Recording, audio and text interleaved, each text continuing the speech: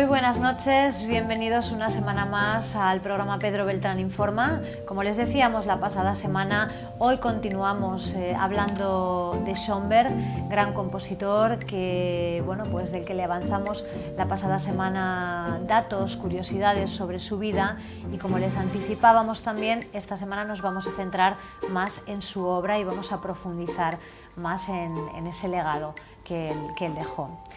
Lo vamos a hacer con Moses Beltrán, en primer lugar. ¿Qué tal, Moses? Muy bien, gracias. ¿Cómo estás? Bueno, háblanos de la ópera Moses de Schoenberg, esa que lleva tu nombre. Es una de las mejores óperas que ha escrito. Trata de la historia de Moses, el profeta. Moses era un niño que acaba de nacer y el faraón había mandado que todos los niños de 3 años para abajo los matasen. La madre de Moses lo que hizo para que no lo matasen era meterlo como en una cuna y lanzarlo al mar para que no lo matasen, y luego al siguiente día recogerlo. Pero lo que hicieron al siguiente día, que la hermana del faraón se encontró a Moses en la cuna y lo educó como un príncipe egipcio. Luego, más tarde, Moses supo la verdad y luego, cuando el faraón también supo la verdad, Moses tuvo que correr, huir, también porque había matado a un soldado egipcio. Fue al desierto, al Sinaí, los 40 días, y ahí conoció a su mujer. También ahí le habló Dios y le dijo que volviese a Egipto a salvar a los israelitas del faraón. Ajá. Entonces llegó ahí, mandó las 7 plagas y pudo sacar a los israelitas de ahí. Luego Moses abrió los mares y pasaron los israelitas. Los egipcios, mientras que intentaban alcanzar a los israelitas, Moses cerró los mares y murieron todos, hasta el hermano que había sido príncipe egipcio con él cuando lo educaba. Y esa es la historia de la ópera de Moses. Bueno, sabes que recientemente han encontrado, justamente en ese punto donde se abrieron los mares, en el fondo, un ejército entero. El ejército egipcio. Debe ser. ¿Cómo se explica la relación entre Moses y Aarón en la ópera? La relación que tienen es muy grande, ya que son hermanos, se quieren mucho. Moses es tartamudo y Aarón lo que hace es decir todos sus discursos. Siempre que Moses va a hablar, antes en alguna sala le dice lo que tiene que decir más tranquilo y lento, ya que es tartamudo, no puede gritar a toda una manada de personas para que se enteren. Y Aarón lo que hacía, él era como su segunda mano, su mano derecha. ¿Qué es la obra Oda a Napoleón? La Oda de Napoleón, otra de las mejores óperas de Schoenberg, es una ópera que escribió que comparaba a Napoleón con Hitler, 2 dictadores que eran muy malos y solo querían conquistar territorio. ¿Y la obra Una superviviente en Varsovia? ¿Qué nos puedes contar de ella? Pues Un superviviente en Varsovia trata de cuando los alemanes invadieron Polonia y ahí mataron más de 3 millones de judíos, que fue el país más afectado. Dice Un superviviente en Varsovia como si un judío superviviese al ataque de los nazis, a la invasión a Polonia. Ahí viene el título. Muy bien, Moses, pues muchísimas gracias por hacernos esta introducción estupenda a lo que es la obra de este gran compositor, de Schoenberg. A ti, información de hoy.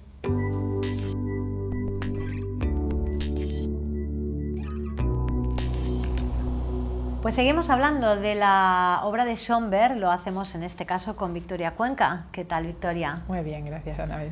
Me alegro de verte un día más. Igualmente. Bueno, cuéntanos, ¿qué son los Gurrelieder?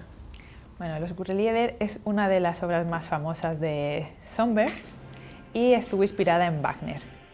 Es característica porque se compone de 130 músicos a la hora de la representación Y la historia la situamos en que un rey danés del siglo XII, Valdemort, tenía una relación extramatrimonial, por así decirlo, con una hermosa joven, Sí. la cual no podía casarse con ella porque no era de sangre real, por lo que mantenían continuos encuentros en secreto en el castillo. Como consecuencia, tuvieron 2 hijos. ¿Qué sucedió? Que un día la esposa, la reina de Dinamarca, los descubrió y en un ataque de celos mandó que matasen a la hermosa amada del rey. Sí. La obra la podemos dividir en 3 partes. La primera diríamos que es la que muestra el amor pasional entre los amantes. El interludio final es el éxtasis de amor entre los 2 amantes y la repentina muerte, en este caso asesinato de su esposa. Y la última parte narra o podemos ver cómo el rey se vuelve loco al ver que su amada ha muerto y no se puede separar de ella de ninguna manera.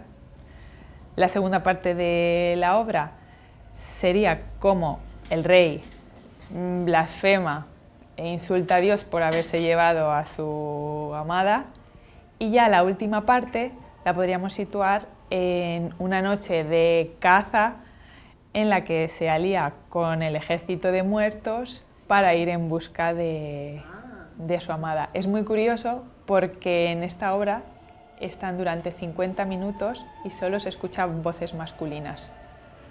Fue uno de los grandes éxitos de Sonberg y deduzco que no le gustaría mucho la fama porque a partir de esa obra decidió completamente cambiar su estilo, mucho más difícil y poco comprensible para los espectadores. Ajá.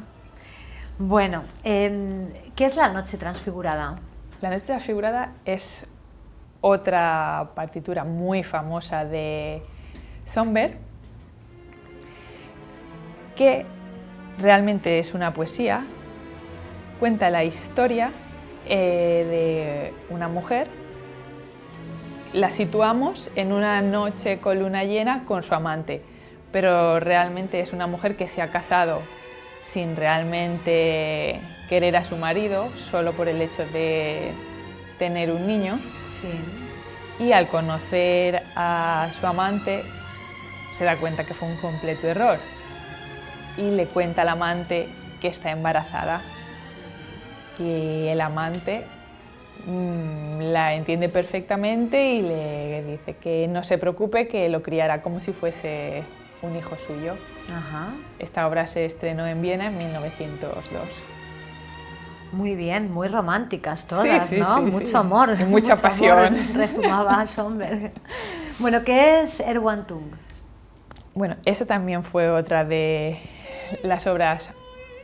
Es que realmente todas son importantes, cada una destaca por una cosa, pero esa fue de las más complicadas, más que nada porque empleó el escrito atonal y costaba. Fue difícil para el público por eso, porque costaba más entenderla. Esta obra no hay ninguna reproducción en DVD que podamos tener ahora mismo, y lo que narra es cómo una mujer busca desesperadamente a su amante por el bosque y no lo encuentra, hasta que ve al amante que muerto en medio del bosque. Pero en realidad ella, en un estado de psicosis de celos porque le fue infiel, lo mató. Lo había matado ella. Sí. Esta obra tiene bastante psicología en relación con Freud, porque Freud y Sonberg compartían ambos contemporáneos judíos y que vivieron en Viena. De hecho, si podríamos decir o extraer algún episodio autobiográfico de Sonberg, lo situaríamos en esta obra. Sí. Con el episodio más similar cuando Matilde se deja el hogar para irse con este joven pintor de 22 años y posteriormente este se suicida. La única diferencia es que en la obra la mujer mata a su amante y aquí se suicida. No podemos decir que... Bueno, pues muchísimas gracias, Gracias a ti, Anabel, Victoria, de un apasionante relato de estas obras de Schönberg. Gracias. Gracias a ti.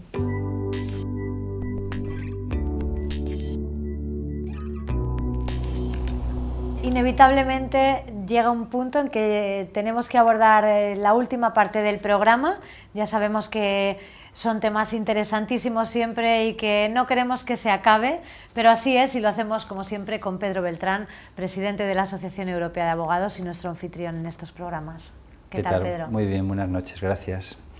Bueno, seguimos hablando de Schönberg, hicimos una introducción la pasada semana, hablamos de su vida, unas pinceladas sobre su obra, pero hoy nos centramos más en la obra y a mí me gustaría, antes de ir al decorado, preguntarte el porqué de tu camiseta de hoy. Sí, de de todo Schönberg, el equipo. Pero, ¿por qué el número 12?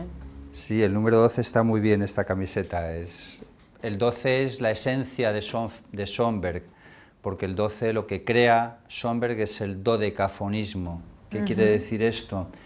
Que antes la música estaba inspirada en una tonalidad. De las notas, de la escala cromática, una domina a las demás. Por eso la música es más melódica, la reconocemos más y la podemos seguir más. Schönberg establece una nueva regla en virtud de la cual ninguna de las notas tiene que dominar a las otras y establece que las 12 tienen que salir por igual. Antes era tonalidad en do mayor, eso se lo carga completamente y por eso es el 12. Y una curiosidad es que era muy maniático del 13, contra el 13. ¿Ah, sí? El 12 es el número de la perfección, de la Biblia, las banderas de la Unión Europea, por ejemplo, tiene 12 estrellas solamente. Y el 13, bueno, para muchos es el número de la mala suerte, pero para Schönberg lo era especialmente, hasta el extremo ridículo. Tenemos esa ópera ahí, Moses y Aarón. Aarón se escribe a Aarón, no es Aarón, es decir, es con 2 as. Pero entonces la suma de las letras daba 13, y como Schönberg tenía esa manía con el 13, le quitó la A, la segunda A la dejó con una letra solo para que tuviera 12. Y estaba obsesionado con que se iba a morir un día 13, completamente obsesionado con que se iba a morir un día 13. Y llegó el día 13 de julio, claro, porque 13 meses no hay, solo hay 12. Llegó el día 13 de julio y le dijo a su mujer, hoy me voy a morir. Y dice, bueno, no seas tan pesado, no tal, estaba enfermo ya, pero en fin, tampoco estaba como para morirse. No, que no va a pasar nada. ¿Ves cómo no ha ocurrido nada? ¿Ves cómo no ha ocurrido nada? Pues se murió a las 12 menos 13 minutos de la noche del día 13, cumpliendo su vaticinio, sí. Pero fue una obsesión... ¿De forma natural? Sí, de forma, no se suicidó, ¿no? Bueno. Pero sí, realmente en este sentido es curioso, porque un hombre tan seguro de sí mismo, tan intelectual, tan culto, con tanto magnetismo y encanto personal como tenía Schönberg y capacidad de fascinación a todos los que le rodeaban, sin embargo tenía esta manía ridícula por el número 13.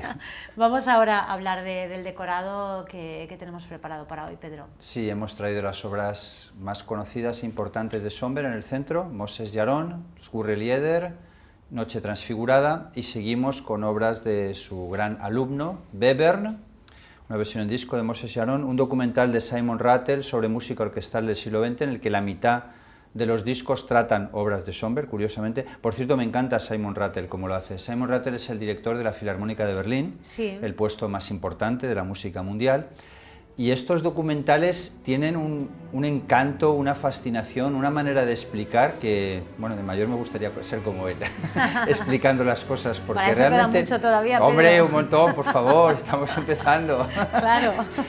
Es un poco más mayor que yo, ¿eh? Pero realmente, ¿cómo es capaz de transmitir el entusiasmo por algo tan complejo como Schönberg y otros compositores, hablando de música orquestal del siglo XX en una serie de programas, además en los que habla él solo, y lo hace realmente muy bien.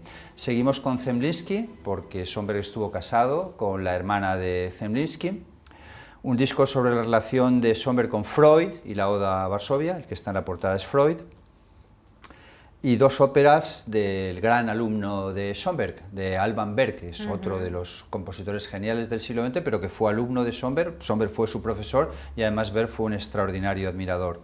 La Biblia, porque Schoenberg conocía la Biblia de memoria, a la vez era crítico de la misma. Los 5 libros de Moisés, un disco de Schoenberg con una adaptación de Brahms, y esto es lo que hemos traído. Bueno, por supuesto, todos los discos que hay de fondo también son de Schoenberg. Ajá, muy bien. ¿Películas? Sí, hemos traído películas y hemos traído también discos. Boulez es un compositor del siglo XX y del siglo XXI. Falleció en enero de 2016, este mismo año, hace 6 meses. Sí. Muy inspirado por Schoenberg, gran fanático de Schoenberg siempre, y por tanto un ejemplo de seguidor de Schoenberg. Penderecki es otro compositor muy influenciado por Schoenberg y es quizás el compositor vivo más famoso, compositor del siglo XX y también del siglo XXI, porque mucha gente no sabe que hoy se sigue haciendo música y se siguen estrenando óperas y siguen estrenando sinfonías. Y tenemos otro compositor muy influenciado por Schoenberg que se llama Carter, en este caso dirigido por Daniel Barenboim, que murió hace solo 4 años, en 2012, y murió nada menos que con 103 años de edad. Bueno. Y hasta los 102 estuvo escribiendo música. Ajá. Espectacular, no hay nadie tan longevo en la historia de la música, uno de los mejores compositores de Estados Unidos. Bueno, y pasamos a otro estilo completamente diferente en este caso, porque esta es una película mucho más comercial, que es la relación entre Coco Chanel es la famosa diseñadora de modas, de la marca tan conocida Chanel, con Stravinsky, con el compositor, porque fueron amantes y tuvieron una relación sentimental durante varios años. ¿Por qué lo traemos aquí? Porque Stravinsky y Schoenberg tuvieron una relación muy especial también. Curiosamente, los dos eran vecinos de Los Ángeles, pero se detestaban mutuamente, no se soportaban entre sí, hasta que murió Schoenberg. Muere Schoenberg y Stravinsky se hace un confeso admirador de Schoenberg, cambia su estilo de música y empieza a escribir como Schoenberg, que es otra cosa también bastante curiosa. Otro gran compositor del siglo XX, Messiaen, también muy inspirado por Schoenberg, una ópera de 5 horas sobre Francisco de Asís. Y este es otro alumno de Schoenberg, tuvo tantos. Bueno, algunos alumnos fueron presenciales en el sentido que les dio clase y demás. Además, Schoenberg estuvo dando clase toda su vida, incluido a grandes compositores de cine de Estados Unidos, de Hollywood, porque él vivía en Hollywood. Le propusieron actuar, no es la palabra correcta, le propusieron hacer bandas sonoras para Hollywood y dijo, vale, de acuerdo, pero no me podéis tocar ni una nota. Entonces, claro, dije, hombre, no, las exigencias del guión, puede haber que cambiar cosas y, en fin, aquello no cuajó. Pues este es muy curioso, John Cage, porque tiene una obra que es de las más raras. Se llama 5:16. Y 5:16 significa que un señor se sienta al piano, está 5 minutos 16 y no toca ni una sola nota. Y luego se va. Y ahí terminado la obra. Claro, esto causó un extraordinario escándalo en Estados Unidos. ¿En serio? Sí, así es la obra. Cuando terminó hizo un comentario muy gracioso el hombre que dijo, estoy ya preparando la versión orquestal. Gran seguidor de Schoenberg y realmente un poco es una burla, esa obra es un sarcasmo en cuanto a que la gente pasa mucho de la música contemporánea y decir, ¿no queréis escuchar mi música? Vale, pues no la vais a escuchar, durante 5 minutos no se va a interpretar nada, a ver si esto os gusta. Bien, seguimos con más películas y óperas. Gershwin es un compositor de otro estilo, pero fueron muy amigos. Gershwin es de Estados Unidos, y fue muy amigo de Schoenberg y además compañero de tenis, jugaban al tenis casi todos los días juntos y murió muy joven, desgraciadamente, con 37 años y a Schoenberg le entristeció muchísimo su muerte. Y esta es una ópera pacifista, totalmente inspirada por Schoenberg, que trata de una crítica a la guerra y es una película, no es una ópera evidentemente, pero no en una grabación de la escena, sino en escenarios naturales como Otelo de Cefirelli o Carmen, que es espléndida porque también se basa en Schoenberg y a la vez es una crítica feroz a la guerra. Otra película, también muy inspirada por Schoenberg, que es una ópera de Britten, pero es otro compositor que en una época de su vida consideró que Schoenberg era lo mejor que había. Y esto es Muerte en Venecia, la famosa obra de Thomas Mann, famosa película también de Visconti. Esta ópera es posterior a la película de Visconti y también inspirada en el sistema, o basada en parte en el sistema dodecafónico de Schoenberg. El sueño de una noche de verano, porque Shakespeare no solo fue adaptado por Otelo de Verdi, por el Rossini, que también hizo otro Otelo, otras adaptaciones que hay. Esto es El sueño de una noche de verano de Shakespeare en versión dodecafónica de Britten, interesantísimo. Y por último, otro compositor que falleció en 2012, también muy inspirado en Schoenberg, que se llama Hentze. Y aquí tenemos un taco gordo, todo este paquete de discos también son de Hentze. Hemos traído hoy una música muy infrecuente, muy diferente de la normal y muy poco conocida, pero tampoco está mal que se sepa que estos nombres existen, que estas personas existen y que hoy se sigue haciendo música y que sigue siendo el maestro principal de todos esos músicos del siglo XXI, incluido el año 2016 en el que estamos, Schoenberg. Precisamente lo interesante y lo importante de Schoenberg es que después de 100 años nadie le ha superado en cuanto a su forma de entender la música. Digamos la música más allá. No ha ido un paso más allá. En todo caso ha retrocedido, pero no ha avanzado. Si empezamos en la historia de la música desde sus inicios, desde la polifonía del Renacimiento, porque los griegos y los romanos escribían música, pero no sabemos qué tipo de música había ahí porque no ha quedado nada escrito. Desde que tenemos conciencia de cómo suena la música ha ido avanzando cada vez más. Mozart avanzó, por supuesto Bach, después Beethoven, Wagner es una gran revolución, pero el más revolucionario de todos, sin ninguna duda, es Schoenberg, con incomparablemente más. Pero es que desde Schoenberg, hace más de 100 años que inventó el dodecafonismo o serialismo, nadie ha sabido ir más allá. Y todos han sido simplemente seguidores de Schoenberg, en buena medida para seguir ese sistema o para criticarlo haciendo una música más clásica, digamos, más antigua o más melódica o más fácil. ¿Y qué es el dodecafonismo? ¿Cómo podemos explicarlo para que nuestros telespectadores se hagan una idea de qué es? Pues el dodecafonismo en parte es llevar las matemáticas a la música, en parte, porque significa que ninguna nota prevalezca sobre las demás y las 12 se repitan igual en idéntica magnitud. Eso que puede parecer ordenado, pues decir, ¿cómo sonará eso, no? Algún telespectador puede decir, qué curioso, esto debe sonar muy ordenado, muy metódico. Al oído humano, y es paradójico, esto lo explica muy bien Simon Rattle en estos documentales, mucho mejor que lo puedo hacer yo. Al oído humano le suena completamente desordenado y al oído humano le suena caótico, algo que sin embargo tiene su sistema. Es curioso porque... Es una paradoja, ¿no? Sí, Schoenberg dijo, con esto vamos a conseguir la hegemonía de la música alemana durante 100 años. Por cierto, se parece a Hitler, ¿eh? Con su Reich, bueno, Hitler eran 1000 años, no 100. Y Schoenberg se sentía alemán, profundamente alemán, luego vino su ruptura total con Hitler, porque claro, era judío y además Hitler detestaba la música de Schoenberg, porque a Hitler le gustaba, tenía un estilo muy clásico. Entonces el dodecafonismo es esta repetición de las notas una detrás de otra, de tal manera que ninguna domina a las demás. Y eso introduce orden, porque al principio Schoenberg rompe la tonalidad y crea un desorden total. Él dice, ¿qué es lo que he hecho? Estos documentales, la serie, se llama Leaving Home, dejando la casa. ¿Qué quiere decir dejando la casa? Que hemos roto las reglas, hemos roto una base, hemos roto cómo se escribía música siempre. ¿Y quién deja la casa? ¿Quién abandona la casa? Schoenberg deja la casa y crea un sistema nuevo, que es este sistema dodecafónico. Lo que ocurre es que eso para el oyente es muy complejo de escuchar porque exige una enorme atención. Las melodías son difíciles de reproducir. Tiene mucha gracia esta ópera Moses Aaron, concreta, porque hay un documental detrás y el protagonista de Aaron empieza a silbar el rol de Aarón. Le dicen los otros, ¿qué haces? ¿Estás silbando? Dice, ¿qué te crees? ¿Que no se puede silbar el rol de Aarón? Dice, pero estoy seguro que ninguno de los telespectadores de la función de esta noche van a salir con esta melodía cantándola por la calle. Vamos, que no es pegadiza, no es una música pegadiza. No, precisamente, no es de la radio, del pum pum pum, no. Bueno, yo estoy profundamente intrigada, Pedro. Bueno, estoy profundamente hay intrigada. que empezar, para escuchar a Schoenberg hay que empezar por La Noche Transfigurada, porque es una obra hiperromántica, súper emocional, que te pone la carne de gallina y es más romántico que Wagner. Sí, sí. Y el parte de Wagner luego hace Gurrelieder, que es todavía más romántico. Gurrelieder, yo no creo que haya ninguna ópera, no es una ópera, en realidad es un oratorio, ninguna obra más romántica en toda la historia de la música.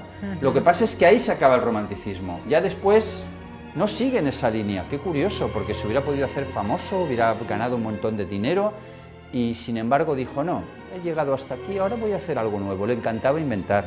siempre pensando, su mente era un volcán en erupción, un verdadero intelectual, no hay ningún compositor más intelectual que él. El programa se acaba, pero es el momento de comenzar a escuchar a Schoenberg, cada uno desde su Sí, casa, y a empezar a hacer esa primera Esto tiene que incursión. ser una pincelada para abrir la curiosidad, no puede Claro, ser claro. más, porque tampoco el espacio da de más, y Y luego yo creo que cada se cubre uno... esa expectativa, ¿eh? Que cada uno escuche, lea, porque también es bueno leer, y siga evolucionando y aprendiendo en un esfuerzo constante que tenemos todos, entiendo, por mejorar y por aprender más cosas y por hacernos más cultos. Pues agudizaremos los sentidos entonces y esperaremos impacientes al próximo programa. Pedro, nos vemos pronto. Muy bien, muchas gracias.